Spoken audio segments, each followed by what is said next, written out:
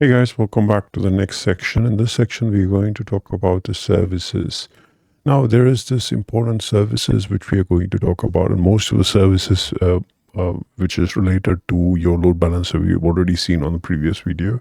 So I'm going to make this section like really small and tiny, and I want to skip to the further down the sessions where it makes really sense for you to exercise more concentration. As a services is very simple, and mostly we have already used it with the other set of deployments and probes. So I'm just going to keep it very simple. So there are these different kinds of services available by Kubernetes, which is used for different use cases, of course.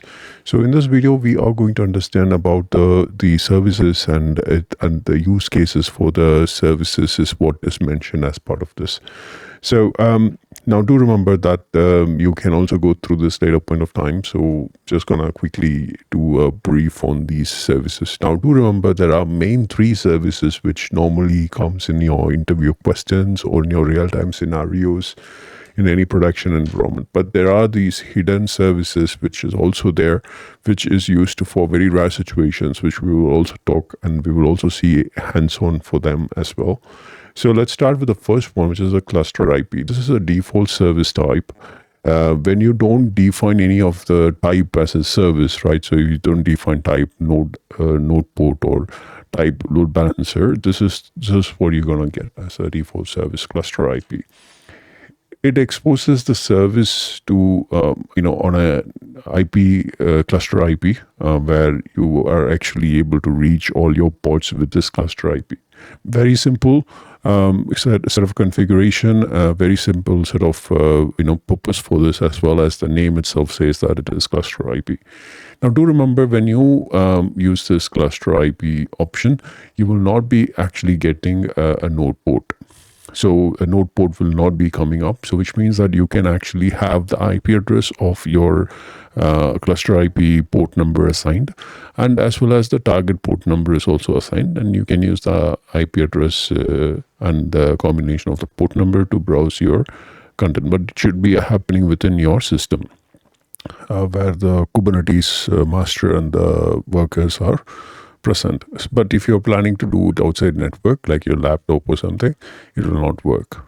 In terms of node port, very simple again. It exposes the service on each node IP address at a static port number, static node port. So here you will mention the node port number, in which you say like, I want to have this port number, and this here you have to define type as node port, without which it will think it's a cluster IP. So the use case is like accessing to external network to your service. So that is one of the use cases where I can use from my laptop, I can browse the application. So in the hands-on, we will also see that. So from my laptop, but can it be browsed externally from the internet and all those things? No, it cannot be. So that's where the load balancing is coming into picture. Load balancer comes with the external access with load balancing, even though it says external access over here, but it is very much limited. So in hands-on, you will see the difference between the node port and the load balancer. But in a theoretical basis, a node port number is going to be talking about, it gives you access from your laptop, but then you cannot actually add an external IP address or a domain name as part of it. Just like how if you want to communicate through your AWS or any of the other cloud providers, it's not possible for you to do that. So that's basically what is covered as part of the load balancer. In terms of a typical use case of a load balancer, you need to expose a service externally and distribute the incoming traffic to the multiple nodes in the cluster. It's typically integrated with the cloud provider load balancer. So that's the major use of this. The next one is going to be external name. So this is an advanced one, which not many people know about, or many people use, but this is this kind of external name should be specified in the type. So what is this? It maps the service to an external DNS name. It redirects request made to the service to the DNS name specified as part of the external name service. So in a typical use case, when you need to map Kubernetes service to an external DNS name, or a service outside of your cluster, such as database or third-party APIs, you can use this. Do remember that the external name comes with a combination of other things as well. So you need to combine that with a headless or a server without selector, or even your traditional load balancer over here. So you need to combine that. So that's when the full utilization comes in the picture. In terms of the headless one, headless service does not assign any cluster IP address. So as the name says, headless, it's not going to assign any cluster IP address. It is used when you don't need a load balancer or a single stable endpoint.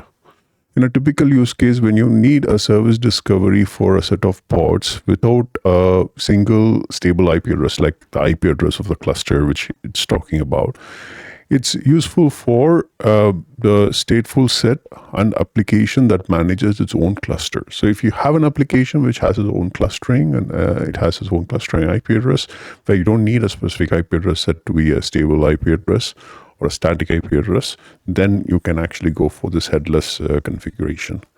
In terms of the next one, which is a service without selector.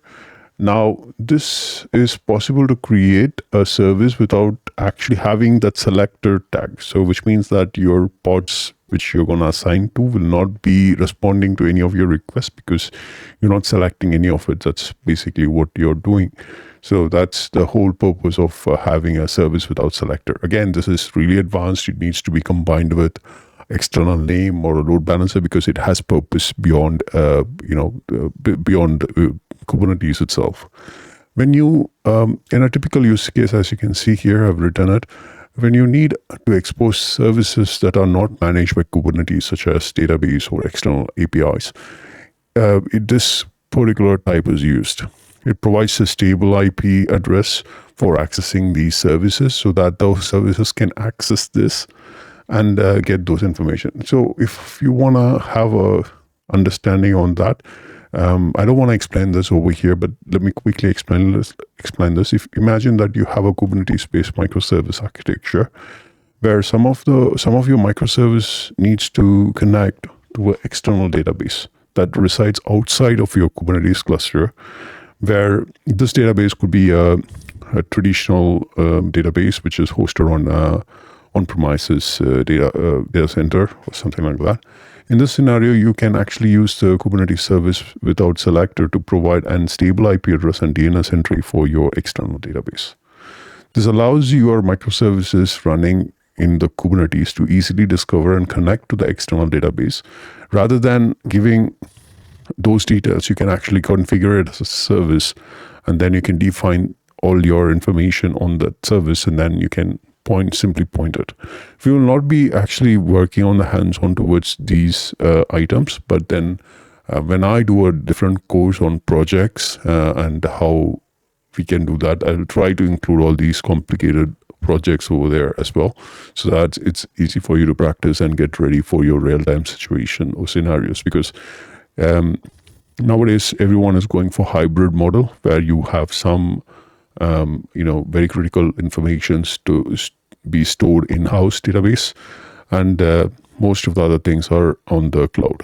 So this is one such scenario where you can actually combine these things together and get to an output. The last one is going to be endpoint slice. Now, endpoint slice is for managing a large-scale deployment and mostly used internally by your Kubernetes. So this has nothing to do or to configure as a manifest for us. So you won't be seeing we will be doing hands-on on these because it's nothing we can control. But then this is something which is controlled internally by Kubernetes itself. So these are some of the services which I wanted to show you over. And most of the service, like the frequently used one, load balancer services, we've already seen so many times. So we're going to do a quick hands-on on these things, and then we're going to go to the command line, and then we'll finish that, and then we'll get on to the next section. Thank you so much for watching this video. If you have any questions, you can always reach me out on the question section. I'll see you on the next one.